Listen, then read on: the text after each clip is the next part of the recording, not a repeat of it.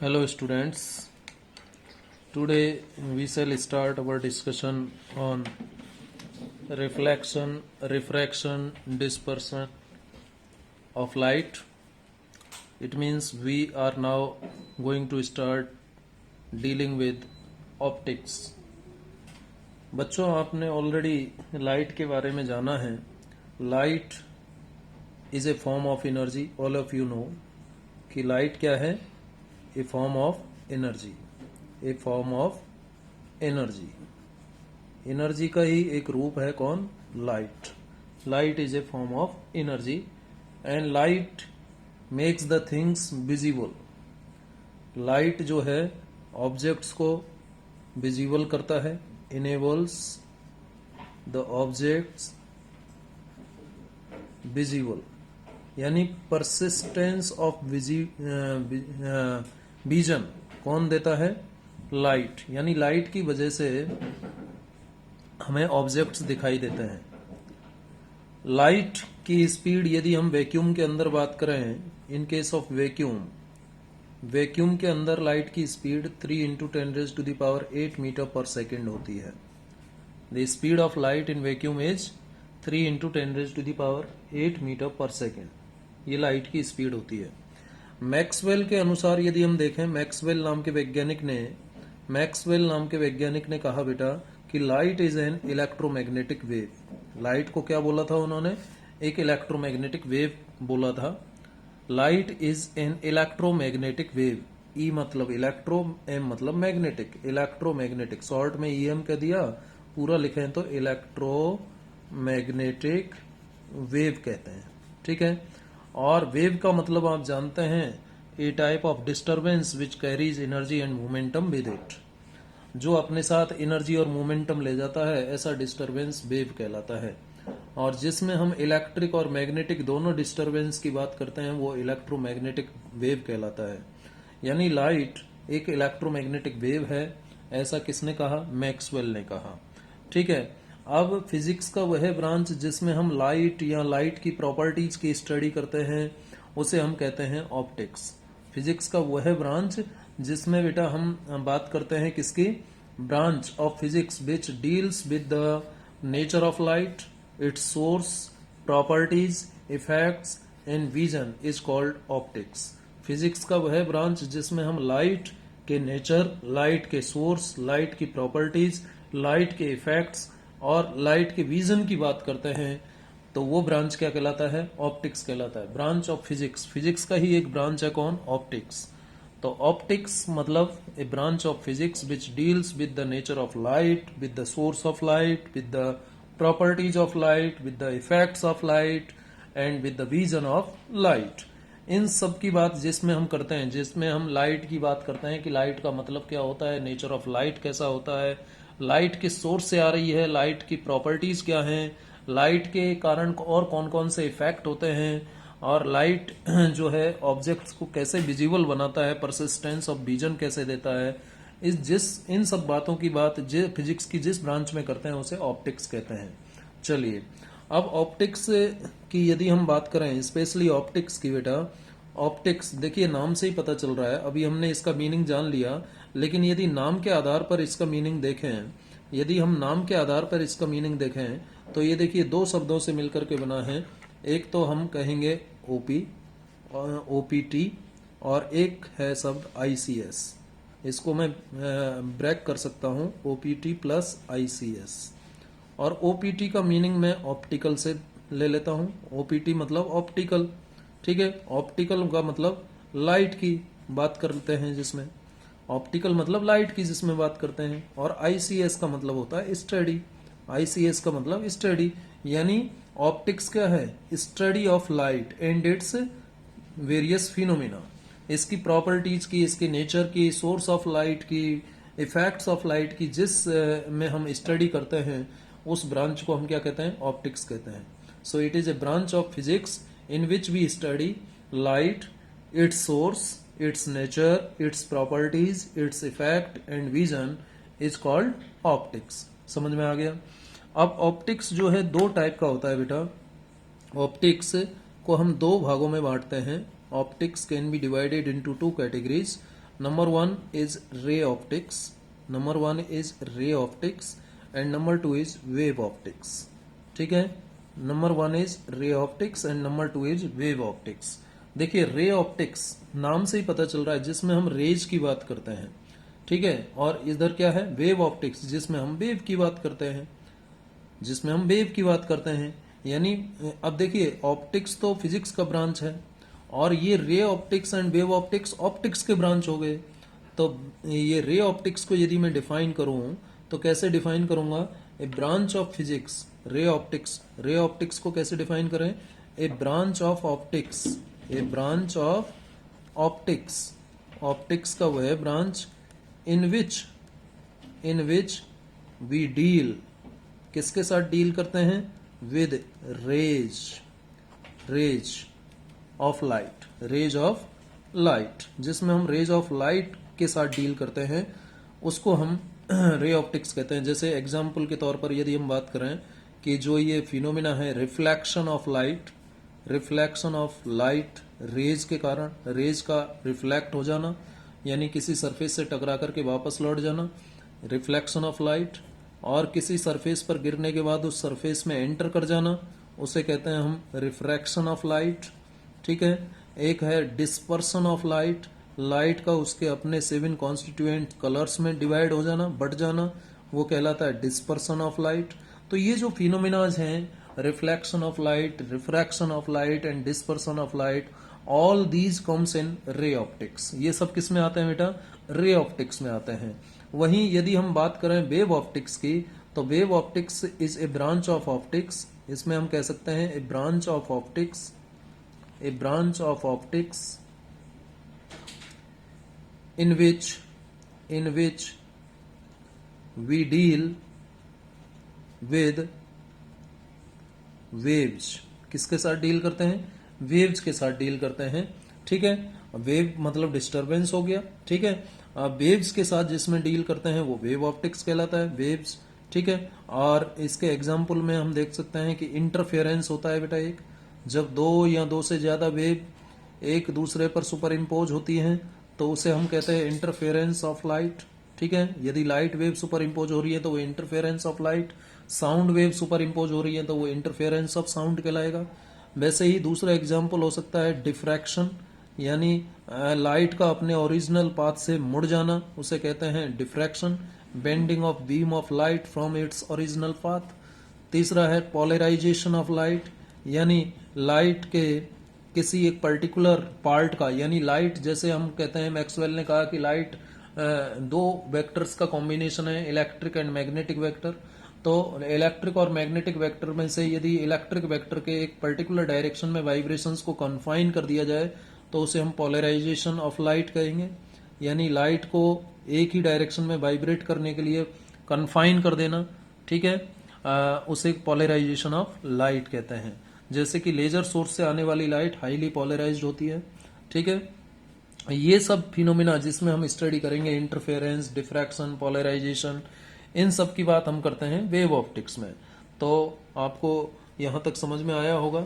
Light एक बार फिर से हम देख लेते हैं। Light is a form of energy, it enables the object visible, it propagate with speed 3 × 10⁸ metre per second in vacuum, and as per Maxwell light is an electromagnetic wave, light is an electromagnetic wave.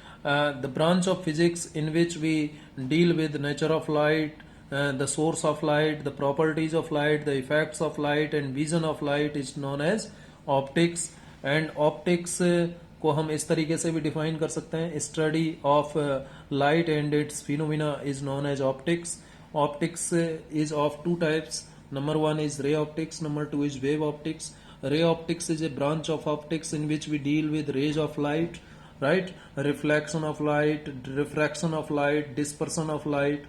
अब किसी ray of light को हम इस तरीके से represent करते हैं, ध्यान रखिए, एक तरफ एरो होता है उसमें।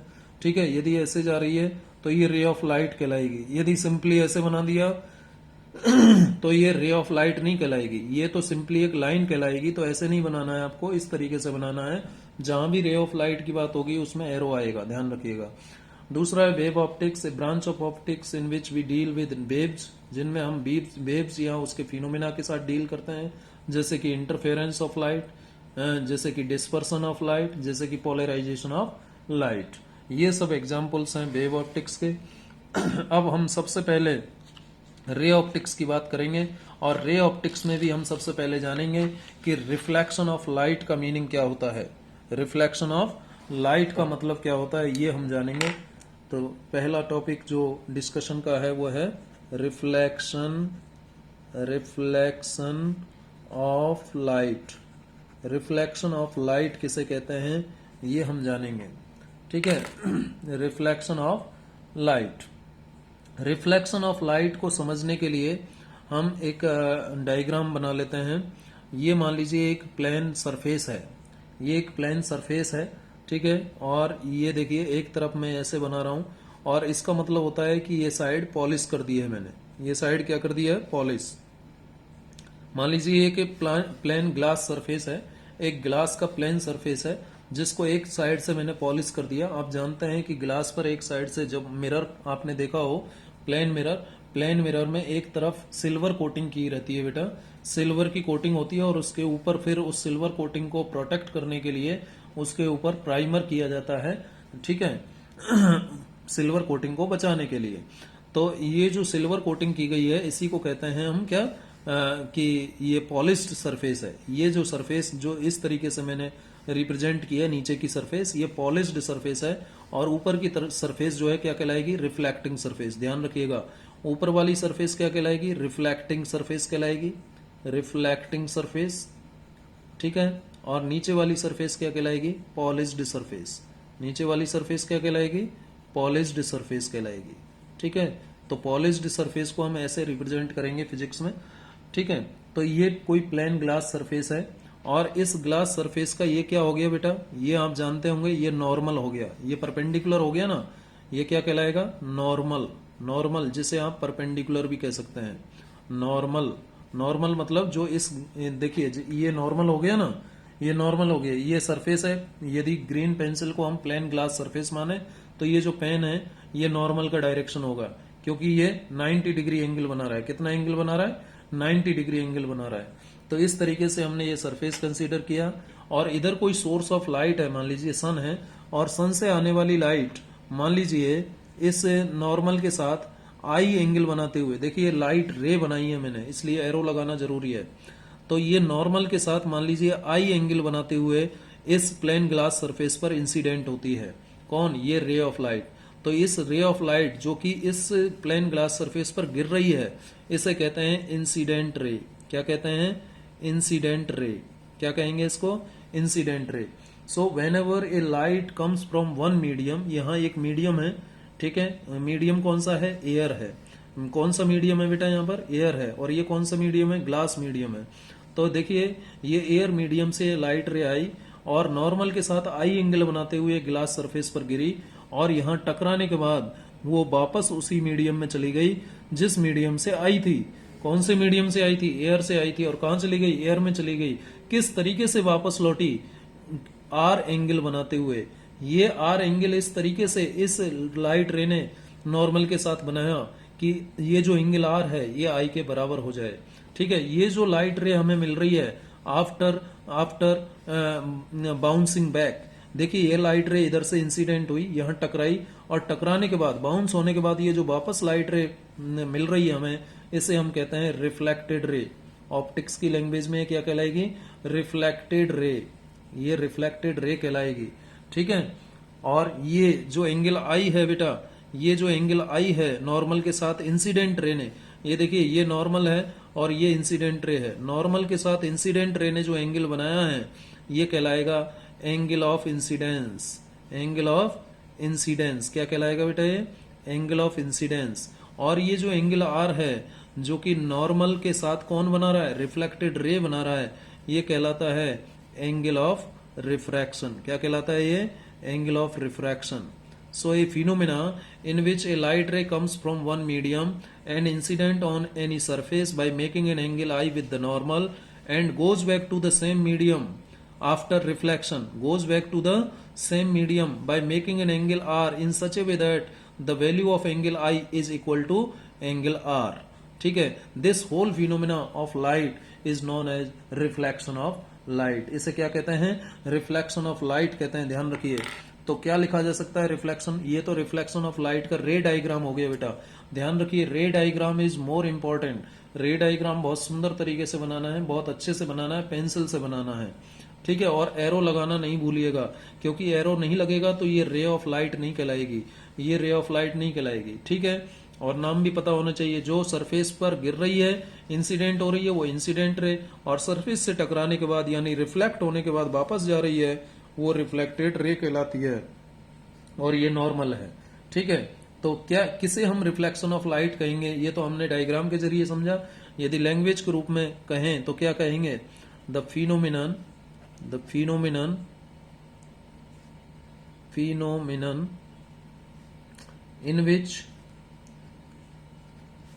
in which light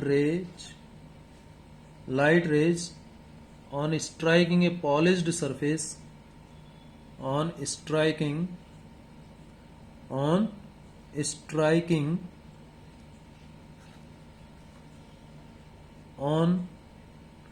a, या a लिख दीजिए simply, a polished surface on striking a polished surface are sent back into the same medium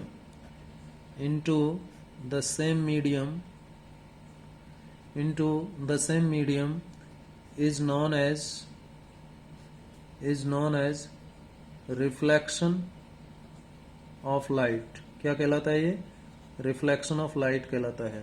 यानी एक ऐसा फिनोमिना जिसमें लाइट रे, ए फिनोमिनन इन विच लाइट रे on striking A polished surface, जिसमें लाइट रे पॉलिश्ड सरफेस से स्ट्राइक होने के बाद, टकराने के बाद वापस चले जाती है, सेंट बैक यानी वापस चले जाती है इनटू द सेम मीडियम, उसी मीडियम में जिससे वो आई थी, is known as reflection of light, ठीक है। अब यहां पर कुछ laws of reflection of light होंगे। कुछ, जब भी रिफ्लेक्शन ऑफ लाइट होगा तो उस रिफ्लेक्शन ऑफ लाइट को कुछ नियम फॉलो करने होते हैं। तो वो laws of reflection of light क्या हैं? देखिए, दो laws of reflection of light होते हैं बेटा। नंबर वन जो law of reflection of light है, नंबर वन की यदि मैं बात करूं, नंबर वन, इस डायग्राम के आधार पर हम बता सकते हैं laws of reflection of light. तो नंबर वन जो है वो है the angle of incidence, the angle of incidence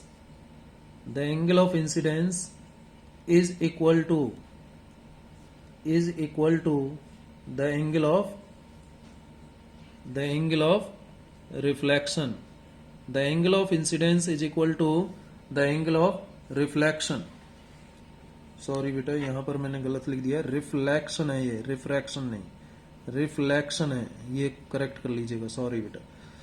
angle R is angle of reflection है ये, रिफ्लेक्शन है ये, रिफ्लेक्ट होने के बाद, ठीक है। The angle of incidence is equal to the angle of reflection, that is angle I is equal to angle R, ठीक है। ये फर्स्ट लॉ है रिफ्लेक्शन का। और दूसरा लॉ क्या है रिफ्लेक्शन का? दूसरा लॉ कहता है कि the incident ray,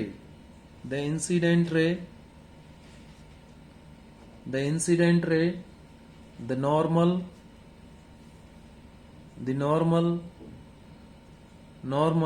and the reflected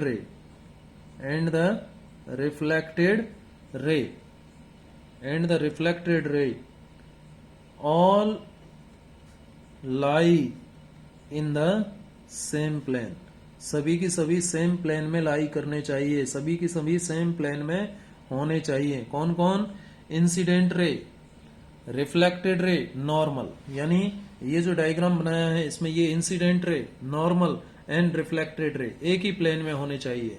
तो पहला लॉ क्या है रिफ्लेक्शन ऑफ लाइट का? कि angle of incidence must be equal to the angle of reflection, I का वैल्यू आर के बराबर होना चाहिए। दूसरा लॉ क्या है कि incident ray, reflected ray and normal all lie in the same plane, एक ही प्लेन के अंदर ये होने चाहिए। ये रिफ्लेक्शन ऑफ लाइट के दो लॉज हैं, ठीक है। ये रिफ्लेक्शन ऑफ लाइट के दो लॉज हैं। चलिए आगे बात करते हैं। आगे हम इसमें हमें जानना पड़ेगा। देखिए ऊपर मैंने जो ये बनाया है सरफेस, ये एक ग्लास सरफेस से बनाया है। ग्लास सरफेस का एक साइड मैंने पॉलिश कर दिया है। जब ग्लास सरफेस का एक साइड पॉलिश कर दिया जाता है तो वो बन जाता है मिरर। तो मिरर के बारे में अभी हम जानेंगे कि मिरर क्या होता है। मिरर जिसमें आप रोज अपना चेहरा देखते हो, दर्पण जिसको हिंदी में कहते हैं, क्या होता है बेटा? पहले डेफिनेशन लिख लें। ए पॉलिश्ड एक बेल पॉलिश्ड मतलब अच्छे से पॉलिश किया हुआ। A well polished surface which is capable, जो सक्षम है किसमें? Which is capable to show the laws of reflection, जो लॉज ऑफ रिफ्लेक्शन को शो करने में कैपेबल है, उस वेल पॉलिश्ड सरफेस को हम मिरर कहते हैं। क्या कहते हैं? मिरर कहते हैं। Mirror is a well polished surface which is capable to show the laws of reflection. Laws of reflection को शो करने में जो सरफेस कैपेबल होता है उसे हम मिरर कहते हैं। क्या कहते हैं? मिरर कहते हैं। देखिए बेटा, मिरर बनाने के लिए हमें क्या करना होगा? मिरर बनाने के लिए हमें एक ग्लास सरफेस लेना पड़ेगा। क्या लेना पड़ेगा? ग्लास सरफेस लेना पड़ेगा। अब वो ग्लास सरफेस प्लेन हो सकता है, वो कर्व्ड हो सकता है, इस टाइप का कर्व्ड हो सकता है, इस टाइप का कर्व्ड हो सकता है। ठीक है, इस टाइप के किसी भी टाइप का कर्व हो सकता है। ये प्लेन ग्लास सरफेस है। इसका यदि मैं लोअर सरफेस पॉलिश कर देता हूं, ये लोअर सरफेस मैंने पॉलिश कर दिया, और पॉलिश्ड सरफेस को हम डायग्राम में इस तरीके से ये टेढ़ी लाइंस बना करके रिप्रेजेंट करते हैं। तो नीचे वाला सरफेस पॉलिश्ड सरफेस और ऊपर वाला रिफ्लेक्टिंग सरफेस।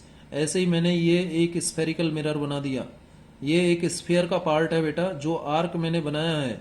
ये जो आर्क मैंने यहां से यहां तक इस तरीके का बनाया है, ये एक स्फीयर का पार्ट है। यदि इसको पूरा ड्रॉ किया जाए तो एक स्फीयर बनता है, यानी ये एक स्फेरिकल मिरर का पार्ट है, जिसको कर्व्ड मिरर भी कह सकते हो। वैसे ही इसमें भी मैं पॉलिश कर दूं, ये पॉलिश कर दिया, ठीक है, ये भी एक स्फेरिकल मिरर बन जाएगा। अब ये कौन सा स्फेरिकल मिरर होगा, ये कौन सा स्फेरिकल मिरर होगा, हम जानेंगे। और ये प्लेन मिरर है। ये कौन सा मिरर है? Plane mirror. प्लेन मिरर, जिसका सरफेस प्लेन हो वो प्लेन मिरर, जिसका सरफेस स्फेरिकल हो, कर्व्ड हो, जिसका सरफेस कर्व्ड होता है वो स्फेरिकल मिरर्स कहलाते हैं। ठीक है, स्फेरिकल मिरर्स कहलाते हैं। जिसका सरफेस कर्व्ड होता है वो स्फेरिकल मिरर, जिसका सरफेस प्लेन होता है वो प्लेन मिरर। और मिरर बनाने के लिए आप ग्लास सरफेस के एक साइड को पॉलिश करेंगे। किससे पॉलिश किया जाता है बेटा? सिल्वर से पॉलिश किया जाता है। सिल्वर की कोटिंग की जाती है। जैसे कि विंडो का ग्लास होता है ना बेटा, ट्रांसपेरेंट ग्लास ले लीजिए और उस ग्लास को एक साइड से सिल्वर कोटिंग कर दीजिए, सिल्वर से पॉलिश कर दीजिए। अब सिल्वर चूंकि महंगा है बेटा, तो उसे प्रोटेक्ट करने के लिए उस पर दूसरा एक कलर और करना होगा। ठीक है, तो आपने देखा होगा जब किसी मिरर को आप उसका कार्डबोर्ड, पीछे का जो कार्डबोर्ड है उसका जो कवर है उसको हटा करके कभी देखा होगा आपने, तो मिरर जो है पीछे से कैसा दिखाई देता है? कई सिल्वर्ड दिखाई देते हैं और कई जो है येलोइश कलर में होते हैं, कई रेडिश कलर में होते हैं। ठीक है, अलग अलग टाइप के कलर्स उस बैक सरफेस पर मिरर के दिखाई देते हैं। वो एक्चुअली क्या है, पहले हम ग्लास सरफेस लेंगे, ग्लास सरफेस पर सबसे पहले सिल्वर कोटिंग की जाएगी। अब आप कहेंगे सर सिल्वर कोटिंग ही क्यों करते हैं? क्योंकि सिल्वर से बेस्ट रिफ्लेक्शन होगा। सिल्वर से क्या होता है? बेस्ट रिफ्लेक्शन होता है। एब्जॉर्प्शन कॉफिशिएंट काफी कम होता है सिल्वर का, इसलिए वो रिफ्लेक्ट करेगा लाइट को ज्यादा से ज्यादा। तो सिल्वर कोटिंग करेंगे, और सिल्वर कोटिंग, सिल्वर चूंकि महंगा है, उस कोटिंग को प्रोटेक्ट करने के लिए हमें उसके ऊपर एक और कलर डिपॉजिट करना पड़ेगा। ठीक है, और वो हमारा चॉइस है कि हम कौन सा कलर उस पर डिपॉजिट करना चाहते हैं। नॉर्मली रेडिश कलर टाइप में कलर डिपॉजिट किया जाता है। तो इस तरीके से हम मिरर बनाते हैं। मिरर दो टाइप के हैं, plane mirror and spherical mirror. ध्यान रखिएगा, मिरर की दो टाइप हो गई बेटा, एक तो है प्लेन मिरर और एक है स्फेरिकल मिरर। अब प्लेन मिरर का मतलब तो आप समझ ही गए। प्लेन मिरर तो वे मिरर हैं जिनका सरफेस प्लेन होता है, जिनका सरफेस प्लेन होता है वो प्लेन मिरर, जिनका सरफेस कर्व्ड होता है वो स्फेरिकल मिरर। ठीक है, तो चलिए आगे बढ़ते हैं, आगे और डिस्कस करते हैं। आगे हम बात करते हैं प्लेन मिरर की डेफिनेशन लिख लेते हैं। वन बाई वन हम सब कुछ समझते हुए चलेंगे। प्लेन मिरर, प्लेन मिरर, अभी मैंने आपको बताया a mirror whose surface is a plane surface, जिसकी सरफेस एक प्लेन सरफेस होती है उसे हम प्लेन मिरर कहते हैं। ठीक है, जिसकी सरफेस प्लेन होती है वो प्लेन मिरर कहलाता है। और दूसरा है स्फेरिकल मिरर। स्फेरिकल मिरर किसे कहेंगे बेटा? जिसकी सरफेस कर्व्ड होती है, सिंपल सी बात है। स्फेरिकल मिरर, स्फेरिकल मिरर किसे कहेंगे? स्फेरिकल मिरर जिसकी सरफेस कर्व्ड होती है। ए mirror whose surface, a mirror whose surface is a curved surface, a mirror whose surface is a curved surface, उसे कहते हैं स्फेरिकल मिरर। अब स्फेरिकल मिरर भी बेटा दो टाइप के होते हैं। स्फेरिकल मिरर की दो टाइप होती हैं। स्फेरिकल मिरर दो टाइप के होते हैं। एक टाइप होती है स्फेरिकल मिरर की कॉनकेव, कौन सी होती है? Concave spherical mirror. और दूसरी होती है कॉन्वेक्स, कॉन्वेक्स स्फेरिकल मिरर। ठीक है, अब नाम से ही पता चल रहा है, देखो कॉनकेव, केव मतलब गुफा, कॉन्वेक्स, वैक्स मतलब चोटी। ठीक है, एक चम्मच का आप उदाहरण ले सकते हैं, एक स्पून का एग्जाम्पल ले सकते हैं। तो एक स्पून में आप देखते हैं कि एक हिस्सा जो है केव के जैसा होता है और एक हिस्सा वैक्स के जैसा होता है, चोटी के जैसा होता है। जैसे कि ये मैंने आपको चम्मच दिखाई, ये जो स्पून है बेटा, इस स्पून का देखिए ये जो सरफेस है ये वैक्स जैसा है, चोटी के जैसा है। पर्वत की जो चोटी होती है उठा हुआ है, ये बाहर की तरफ निकला हुआ है। और ये वैक्स ये गुफा के जैसा, केव के जैसा है। कॉनकेव ये गुफा के जैसा अंदर की तरफ धसा हुआ है। तो जो अंदर की तरफ धसा हुआ है जो केव के जैसा है वो कॉनकेव, और ये सरफेस कौन सा कहलाता है बेटा? कॉन्वेक्स। ध्यान रखिएगा। ठीक है, यदि भूल जाएं तो फिर नाम से ध्यान रखना। केव मतलब गुफा के जैसा, जिसका रिफ्लेक्टिंग सरफेस गुफा के जैसा होता है, ये रिफ्लेक्टिंग सरफेस है। यदि इस पर मैं पॉलिश कर देता हूं, इस पर पॉलिश कर देता हूं, ठीक है, देखो ये भी मिरर का काम कर रहा है। आपको ऊपर फैन चलते हुए दिखाई दे रहा होगा ना, फैन का फोटोग्राफ इसमें दिखाई दे रहा है, यानी इससे भी रिफ्लेक्शन हो रहा है, क्योंकि ये सिल्वर कोटिंग है और silver is the best reflector. क्या होता है? रिफ्लेक्टर होता है, बेस्ट रिफ्लेक्टर होता है। ठीक है, तो ये भी एक मिरर का काम कर रहा है। लेकिन ये कौन सा मिरर हुआ बेटा? ये स्फेरिकल मिरर हुआ। ऊपर वाला हिस्सा कॉन्वेक्स मिरर और अंदर वाला हिस्सा ये कॉनकेव मिरर। ठीक है, अब इसको बनाते कैसे हैं ध्यान रखिए। बनाने के लिए हमेशा आपने छोटी क्लासेज में डिवीजन का सिंबल पढ़ा होगा, भाग देना जिसको हम कहते हैं, ये भाग देने वाला सिंबल है बेटा। ऐसे ही तो बनाते होते हैं आप। छोटी क्लासेज में जब डिवाइड करते थे तो इस टाइप से डिवाइड करते थे या नहीं डिवाइड? जैसे 15 में भाग देना 5 का, तो 15 को यहाँ लिखते थे, 5 को यहाँ, 5 3 जा 15, इस तरीके से डिवाइड करते थे। तो ये वाले जो सिंबल हैं, ये वाला और ये वाला, इन दोनों का यूज किया मैंने, ऐसे ही बना दिया। ये याद रखने का ट्रिक बता रहा हूं, अगर आप किसी दूसरे प्रोसेस से करेंगे तो गलत हो सकता है। तो इस तरीके से बनाइए, हमेशा इस तरीके से बनाइए। और इसकी राइट साइड को पॉलिश कर दीजिए। ये राइट साइड देखिए, ये राइट साइड मैंने पॉलिश कर दी, राइट साइड पॉलिश कर दी। ये राइट साइड को पॉलिश कर दीजिए बेटा।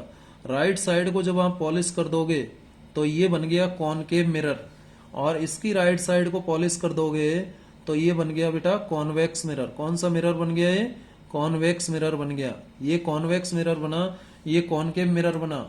राइट साइड को पॉलिश करने के बाद ये कॉनकेव मिरर गुफा के जैसा है, तो ये कॉनकेव मिरर, और ये ऊपर से उठा हुआ है ये कॉन्वेक्स मिरर। देखिए रिफ्लेक्टिंग सरफेस से पता चल रहा है। यदि किसी मिरर की रिफ्लेक्टिंग सरफेस केव के जैसी है तो वो कॉनकेव मिरर, यदि किसी मिरर की रिफ्लेक्टिंग सरफेस वैक्स की जैसी है, चोटी के जैसी है, पर्वत के ऊपर ही, पर्वत का जो उठा हुआ हिस्सा है वैसे ही है, तो वो कॉन्वेक्स मिरर कहलाता है। तो ध्यान रखिएगा, इसी तरीके से बनाना है आपको, राइट साइड पॉलिश करना है। ठीक है, तो ये दो टाइप के मिरर हो गए, कॉनकेव एंड कॉन्वेक्स मिरर। अब देखिए जो इमेज फॉर्मेशन होता है, जो इमेज फॉर्मेशन होता है बेटा, जो आपका प्लेन मिरर होता है, image found by plane mirror कैसी होगी? हमेशा वर्चुअल एंड इरेक्ट होगी। प्लेन मिरर, यदि इमेज फॉर्मेशन की बात कर रहे हैं हम, इमेज फॉर्मेशन डिटेल में मैं आगे बात करूंगा, अभी शॉर्ट में आपको बता रहा हूं कि प्लेन मिरर से कैसे होता है इमेज फॉर्मेशन। यदि पहला केस देखें प्लेन मिरर के लिए, तो प्लेन मिरर से जो बनने वाली इमेज है, प्लेन मिरर से जो भी इमेज बनेंगी बेटा वो वर्चुअल मतलब काल्पनिक, वर्चुअल मतलब काल्पनिक, इमेजिनरी, जो दिखाई नहीं देती है बेटा, जिनको हम केवल इमेजिन कर सकते हैं। वर्चुअल और कैसी बनती है, erect, virtual and erect image बनेंगी किससे, प्लेन मिरर से, ध्यान रखना। वर्चुअल एंड इरेक्ट इमेज बनती है, इरेक्ट मतलब सीधी, ठीक है, इरेक्ट मतलब सीधी इमेज बनती है। जिस साइड में ऑब्जेक्ट रखा है, जैसे मान लीजिए ये एक एक्सिस है, इस पर यहां पर ये प्लेन मिरर रख दिया आपने, ये प्लेन मिरर है बेटा, मान लीजिए ये प्लेन मिरर है और यहां ये ऑब्जेक्ट रखा है, तो इसी टाइप से इमेज बनेगी। इसको कहते हैं इरेक्ट इमेज। क्या कहते हैं, इरेक्ट इमेज कहते हैं। जिस साइड में ऑब्जेक्ट रखा है, एक्सिस के ऊपर रखा है ना ऑब्जेक्ट, तो इमेज भी एक्सिस के ऊपर आ रही है, ये इरेक्ट इमेज कहलाएगी। तो वर्चुअल एंड इरेक्ट इमेज कहलाएगी ये। वर्चुअल इमेज को हम डॉटेड लाइन से रिप्रेजेंट करते हैं, वैसे मैंने यहाँ सॉलिड लाइन बना दिया है, लेकिन आप ध्यान रखिएगा डॉटेड लाइन से रिप्रेजेंट किया जाता है बेटा।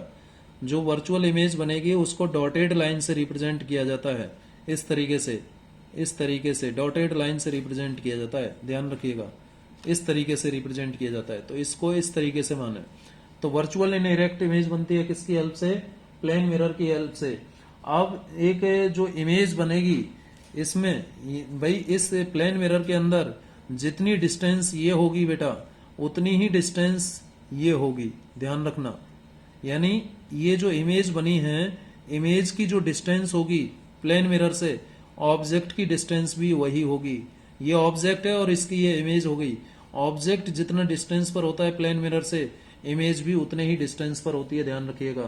तो हम लिख सकते हैं image formed is as far behind the mirror, image formed, plane mirror की बात हो रही है, image formed is as far, image formed is as far behind the mirror, mirror के पीछे बनती है ना, behind the mirror, behind the mirror, as the object, as the object, object is in front of it, in front of it, in front of it. Image formed is as far behind, उतनी ही दूरी पर होती है। Image formed is as far behind, mirror से उतनी ही अंदर की तरफ दूरी, पीछे की तरफ मिरर से उतनी ही दूरी पर होती है इमेज, जितनी दूरी पर मिरर से ऑब्जेक्ट होता है। जितनी दूरी पर मिरर से ऑब्जेक्ट होता है, उतनी ही दूरी पर इमेज की डिस्टेंस, इमेज होती है मिरर से। जो इमेज की डिस्टेंस होती है मिरर से, उसे v से रिप्रेजेंट किया जाता है, और जो ऑब्जेक्ट की डिस्टेंस है मिरर से, वो से u से रिप्रेजेंट करते हैं, ध्यान रखना। आगे भी मैं बताऊंगा आपको, ध्यान रखिएगा। ये u जो आपको दिखाई दे रहा है, u is the distance of object from mirror, ठीक है, फ्रॉम मिरर, मिरर से ऑब्जेक्ट का डिस्टेंस है u, और v क्या है, distance of image from mirror, mirror से इमेज का डिस्टेंस v से रिप्रेजेंट किया जाता है, और u is equal to v होता है किसमें, प्लेन मिरर में, ध्यान रहेगा। प्लेन मिरर के केस में u is equal to v होता है, ठीक है। तो ये बात हो गई बेटा image formation by a plane mirror, ठीक है। अब लेकिन यदि हम स्फेरिकल मिरर की बात करें, स्फेरिकल मिरर, स्फेरिकल मिरर से कैसी इमेज बनती है, स्फेरिकल मिरर से जो बनने वाली इमेज है, स्फेरिकल मिरर में यदि हम कॉनकेव मिरर की बात करें, कॉनकेव मिरर, और एक तरफ मैं बात करूं कॉन्वेक्स मिरर की, कॉन्वेक्स मिरर, यही तो है स्फेरिकल मिरर। तो कॉनकेव मिरर से जो बनने वाली इमेज है वो रियल भी होती हैं, real and inverted, real and inverted भी बनती हैं, और वर्चुअल एंड इरेक्ट भी बनती हैं। इससे वर्चुअल एंड इरेक्ट इमेज भी बनती है, ध्यान रखना। वर्चुअल के साथ इरेक्ट शब्द आएगा और रियल के साथ इन्वर्टेड आएगा, ठीक है। रियल इमेज उल्टी बनेगी, यानी कैसे, मतलब ये एक्सिस है, मान लीजिए ये एक्सिस है, ऑप्टिकल एक्सिस, और ये मान लीजिए मिरर है। ये कौन सा मिरर है? ये कॉनकेव मिरर है। तो यदि ये ऑब्जेक्ट ऐसे रखा हुआ है ऑब्जेक्ट, तो जो इमेज बनेगी बेटा वो कहाँ बनेगी? इसी साइड में बनेगी, लेकिन रियल एंड इन्वर्टेड होगी। यानी ऑब्जेक्ट यदि प्रिंसिपल एक्सिस के ऊपर है तो इमेज नीचे आएगी, इन्वर्टेड इमेज है, रियल एंड इन्वर्टेड इमेज। लेकिन एक केस में एक ये इमेज हो गई बेटा, ठीक है, इन्वर्टेड हो गई। वर्चुअल एंड इरेक्ट कब बनेगी?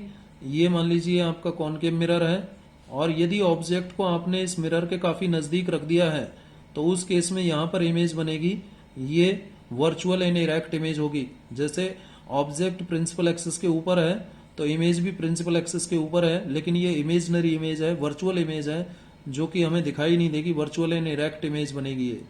केवल एक ही केस में वर्चुअल एंड इरेक्ट बनती है, कॉनकेव मिरर के केस में, जब आपका ऑब्जेक्ट इस मिरर के काफी नजदीक है। आगे हम डिस्कस करेंगे डिटेल में, तो ध्यान रखिए कॉनकेव मिरर से बनने वाली इमेज रियल एंड इन्वर्टेड और वर्चुअल एंड इरेक्ट दोनों टाइप की हो सकती हैं, लेकिन कॉन्वेक्स मिरर से बनने वाली इमेज केवल और केवल वर्चुअल एंड इरेक्ट होंगी।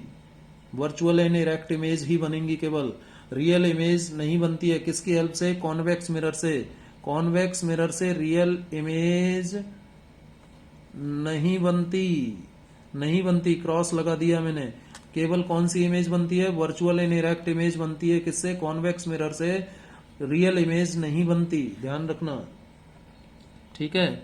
चलिए अब हम मिरर के बारे में थोड़ी जानकारी और ले लेते हैं कि मिरर का कौन सा हिस्सा पोल कहलाता है, कौन सा हिस्सा सेंटर ऑफ कर्वेचर कहलाता है, कौन सा हिस्सा रेडियस ऑफ कर्वेचर कहलाता है, कौन सा हिस्सा प्रिंसिपल एक्सिस कहलाता है, कौन सा हिस्सा आपका प्रिंसिपल फोकस कहलाता है, कौन से हिस्से को हम अपर्चर कहते हैं, कौन से हिस्से को फोकल लेंथ कहते हैं, ठीक है। ये सब जान लेते हैं किसके बारे में? मिरर्स के बारे में। तो देखिए मैं एक मिरर बनाता हूं, उसी डायग्राम से हम सब जान लेंगे। तो ये मैंने एक मिरर बनाया, आप समझ गए होंगे कौन सा मिरर बना रहा हूं। It is A concave mirror. कौन सा मिरर है बेटा? कॉनकेव मिरर है, ठीक है। कोई भी मिरर बना सकते हो आप, कोई भी एग्जाम्पल ले सकते हो, जरूरी नहीं है कि कॉनकेव मिरर। मैं आपको दोनों एग्जाम्पल से समझाऊंगा। ये लीजिए, ये कॉनकेव मिरर मैंने बनाया, कॉनकेव मिरर, ठीक है। कॉनकेव मिरर के ये सेंटर से ये जो लाइन पास हो रही है, ये सेंटर है कॉनकेव मिरर का, जिसे आप पोल कहते हैं। क्या कहते हैं? पोल। ये पी का मतलब पोल होता है, ये पोल होता है। Centre part of the mirror is known as pole, और इसी पोल से पास होती है ये हॉरिजॉन्टल लाइन, जिसे आप क्या कहते हैं? Principal axis. क्या कहते हैं? प्रिंसिपल एक्सिस कहते हैं बेटा इसे, ठीक है, प्रिंसिपल एक्सिस। और ये जो हिस्सा है एमएन, ये जो एमएन पूरा हिस्सा है, इस एमएन हिस्से को हम कहते हैं अपर्चर। क्या कहते हैं? अपर्चर। ध्यान रखिएगा, अपर्चर कहते हैं इसे। क्या कहते हैं? अपर्चर, ठीक है। तो प्रिंसिपल एक्सिस पता चल गया, पोल पता चल गया। Pole is the mid point. Pole क्या है? मिड पॉइंट है। रिफ्लेक्टिंग सरफेस जो होता है मिरर का, उसका mid point, centre of the reflecting surface, ठीक है। ये centre point of the reflecting surface is known as pole, ठीक है। सेंटर पॉइंट होता है, ध्यान रखिए। पोल क्या होता है? लिख भी देता हूं मैं यहां पर। पोल, पोल क्या है? मिड और central point, central point of reflecting surface, reflecting surface of A spherical mirror, spherical mirror, ठीक है। या प्लेन मिरर का भी तो सेंटर पॉइंट ही पोल होगा, ठीक है। तो सेंटर पॉइंट जो होगा रिफ्लेक्टिंग सरफेस का, वो पोल कहलाता है, ठीक है। अब प्रिंसिपल एक्सिस क्या है? प्रिंसिपल एक्सिस जो ये मैंने बनाई है, इसको कैसे लिखेंगे? प्रिंसिपल एक्सिस, प्रिंसिपल एक्सिस, इसका क्या डेफिनेशन लिखें? Principal axis, the straight line, straight line, it is a straight line, right? A straight line passing through the center of curvature। अब आप कहेंगे सर ये सेंटर ऑफ कर्वेचर क्या होता है? चिंता मत कीजिए, अभी समझाता हूं। सेंटर ऑफ कर्वेचर, जिसे हम कैपिटल सी से रिप्रेजेंट करते हैं, and pole P of a spherical mirror, of a spherical mirror, किसी स्फेरिकल मिरर के पोल और सेंटर ऑफ कर्वेचर से पास होने वाली स्ट्रेट लाइन क्या कहलाती है? Is called principal axis. क्या कहते हैं उसे? प्रिंसिपल एक्सिस कहते हैं, ध्यान रखिएगा। ठीक है, तो प्रिंसिपल एक्सिस क्या है? देखिए, पोल और इसका सेंटर ऑफ कर्वेचर कौन सा होगा, पहले तो ये बताएं। देखिए, जब कंपास से इस आर्क को ड्रॉ करोगे, ये भाई जो मिरर होता है, स्फेरिकल मिरर, एक स्फीयर का पार्ट होता है। किसका पार्ट होता है बेटा? एक स्फीयर का पार्ट होता है। ये जैसे मैंने स्फीयर ड्रॉ किया है ना, ये स्फीयर का हिस्सा है। ये मिरर जो है, चाहे वो कॉनकेव मिरर है या कॉन्वेक्स मिरर है, एक स्फीयर का हिस्सा होता है, इसलिए इसे स्फेरिकल मिरर कहते हैं। अब इस स्फीयर को ड्रॉ करने के लिए यहां से कंपास को ऐसे ड्रॉ करना पड़ेगा ना, ये सेंटर पॉइंट आएगा। तो ये जो सेंटर पॉइंट आया, इसे कहते हैं सेंटर ऑफ कर्वेचर, सी से रिप्रेजेंट करते हैं। किससे रिप्रेजेंट करते हैं? सी से रिप्रेजेंट करते हैं। तो ये एक ज्योमेट्रिक सेंटर हुआ ना। क्या हुआ? ज्योमेट्रिक सेंटर किसका? होलो स्फीयर का। ठीक है, होलो स्फीयर, जिस of which the spherical mirror is a part, जिस होलो स्फीयर का ये स्फेरिकल मिरर एक पार्ट है। ठीक है, क्या कहलाता है? सेंटर ऑफ कर्वेचर कहलाता है। तो लिख लें, सेंटर ऑफ कर्वेचर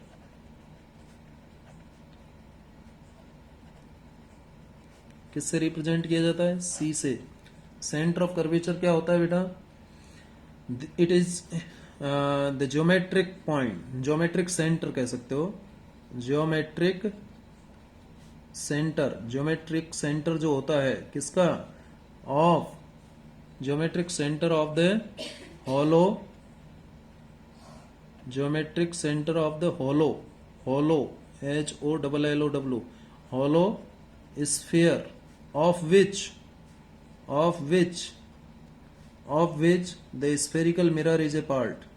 उस होलो स्फीयर का ज्योमेट्रिक सेंटर जिसका स्फेरिकल मिरर एक हिस्सा है। Spherical mirror is a part,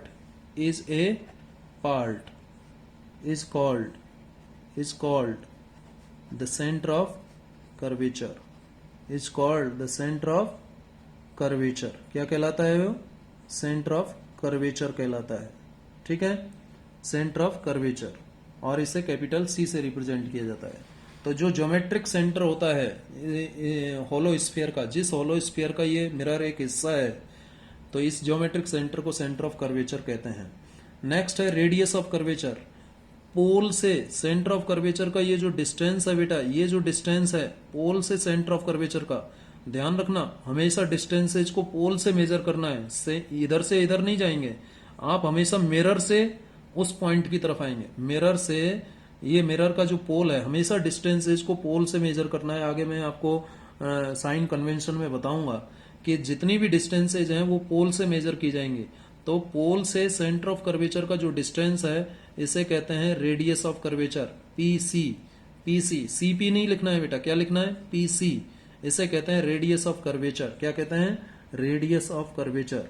तो रेडियस ऑफ कर्वेचर क्या हुआ, लिख लें यहां पर, radius of curvature, radius of curvature capital R से रिप्रेजेंट किया जाता है। Radius of curvature, it is the distance, it is the distance of center of curvature from pole of a spherical mirror। Spherical mirror के पोल से उसके centre of curvature का जो distance है वो क्या कहलाता है? Radius of curvature. यानी R इज इक्वल टू क्या लिखा जाएगा? PC। ये PC को ही हम R कहेंगे, रेडियस ऑफ कर्वेचर कहेंगे। ठीक है, CP नहीं लिखना है, PC लिखेंगे, क्योंकि सभी डिस्टेंसेज को P से मेजर किया जाना है, पोल से मेजर किया जाना है। तो ये सेंटर ऑफ कर्वेचर हो, रेडियस ऑफ कर्वेचर कहलाएगा, कैपिटल R से रिप्रेजेंट किया जाता है। ठीक है, नेक्स्ट है फोकल लेंथ। देखिए, पहले हम बात करेंगे प्रिंसिपल फोकस। प्रिंसिपल फोकस क्या होता है? पोल और सेंटर ऑफ कर्वेचर का एकदम मिड पॉइंट जो होता है उसे प्रिंसिपल फोकस कहते हैं। Principal focus is the mid point of pole and centre of curvature. Pole और सेंटर ऑफ कर्वेचर का जो मिड पॉइंट होता है उसे हम प्रिंसिपल फोकस कहते हैं, और ये हमेशा प्रिंसिपल एक्सिस के ऊपर होता है। ठीक है, ठीक है। तो हम किसे लिख रहे हैं? प्रिंसिपल फोकस, मुख्य फोकस, प्रिंसिपल फोकस। ठीक है, प्रिंसिपल फोकस, जिसे हम किससे रिप्रेजेंट कर रहे हैं बेटा? रिप्रेजेंट कर रहे हैं कैपिटल एफ से। किससे रिप्रेजेंट कर रहे हैं? कैपिटल एफ से, ध्यान रखिएगा। तो प्रिंसिपल फोकस क्या है? It is the mid point of pole and centre of curvature. Mid point of pole and centre of curvature. ठीक है, यानी पी और सी का जो मिड पॉइंट है, पी और सी का मिड पॉइंट क्या है? ये देखिए, ये पोल और ये सी सेंटर ऑफ कर्वेचर। तो पी और सी का जो मिड पॉइंट है इसे कहते हैं प्रिंसिपल फोकस। अब एक है फोकल लेंथ। तो प्रिंसिपल जो स्फेरिकल मिरर है उसके पोल से प्रिंसिपल फोकस का जो डिस्टेंस है इसे कहते हैं फोकल लेंथ। ये वाला जो डिस्टेंस है ना, कहां से? पोल से फोकस का जो डिस्टेंस है प्रिंसिपल फोकस का, वो क्या कहलाता है? Focal length. Focal length, focal length small F से रिप्रेजेंट किया जाता है बेटा। स्मॉल एफ से, देखिए प्रिंसिपल फोकस को कैपिटल एफ से, फोकल लेंथ को स्मॉल एफ से। क्या है? It is the distance of principal, it is the distance of principal focus from pole of spherical mirror। spherical mirror के पोल से जो प्रिंसिपल फोकस का डिस्टेंस है क्या कहलाता है? Focal length. यानी हम कह सकते हैं कि focal length is half of radius of curvature, कह सकते हैं नहीं। सिंस पी एफ, ये जो डिस्टेंस है पी एफ, इसे हम कहेंगे फोकल लेंथ, कहेंगे या नहीं। और पी सी ये क्या है? Radius of curvature. और हम कह रहे हैं कि जो फोकल लेंथ है, फोकस है, ये जो फोकस है मिड पॉइंट है। तो ये जो स्मॉल एफ है डेफिनेटली, यानी ये जो पी एफ है वो पी सी का हाफ होगा, है या नहीं। और पी एफ क्या है? Small F. और पी सी क्या है? आर। तो आर बाई टू, यानी रेडियस ऑफ कर्वेचर का आधा होता है कौन? Focal length. हमेशा ध्यान रखिएगा। अब कौन से मिरर की फोकल लेंथ पॉजिटिव होती है, कौन से मिरर की फोकल लेंथ नेगेटिव होती है, ये बात हम आगे करेंगे। तो ये अभी तक मैंने आपको क्या बताया कि मिरर का पोल का मतलब क्या है? पोल किस हिस्से को कहते हैं? प्रिंसिपल फोकस किसे, एक्सिस किसे कहते हैं? Principal axis. Centre of curvature किसे कहते हैं? रेडियस ऑफ कर्वेचर किसे कहते हैं? प्रिंसिपल फोकस किसे कहते हैं? और फोकल लेंथ किसे कहते हैं? ये बातें हमने की हैं। ठीक है, इसके अलावा और कुछ रह गया क्या? अपर्चर हमने बात की क्या? अपर्चर, अपर्चर, अपर्चर देखिए, अपर्चर तो सिंपली ये एम एन को अपर्चर आप कह सकते हो। अपर्चर मतलब एम एन। ठीक है, effective width of the spherical mirror from which reflection of light can take place. लिख लेते हैं आगे। यही तो इफेक्टिव पोर्शन है जिससे रिफ्लेक्शन ऑफ लाइट होगा। तो ये जो इफेक्टिव पोर्शन का विड्थ होगा उसे ही तो हम अपर्चर कहेंगे। तो लिख लेते हैं, चलिए। Aperture, APERTURE, aperture. अपर्चर किसे कहेंगे? The effective width of the spherical mirror, of the spherical mirror. Spherical mirror का जो इफेक्टिव विड्थ है, फ्रॉम विच, जिससे क्या हो रहा है? From which reflection of light can take place, जिससे रिफ्लेक्शन ऑफ लाइट हो सकता है, जिससे रिफ्लेक्शन हो सकता है, उसी इफेक्टिव विड्थ को हम क्या कहते हैं? अपर्चर कहते हैं। Can take place is called aperture. क्या कहते हैं उसे? अपर्चर कहते हैं, ठीक है, अपर्चर कहते हैं उसे, ठीक है। अब देखिए कुछ रूल्स होते हैं इमेज फॉर्मेशन के लिए, गोल्डन रूल्स हैं, उसकी बात हम करेंगे। इमेज फॉर्मेशन कैसे होता है मिरर से, वो बात भी हमें करनी है, ठीक है। तो वो साइन कन्वेंशन की भी बात करेंगे और radius of curvature and focal length के बीच भी बात करेंगे। तो ये सब बात हम नेक्स्ट लेक्चर में करेंगे। उम्मीद है आज आपको ये सब बातें समझ में आई होंगी। Thank you very much.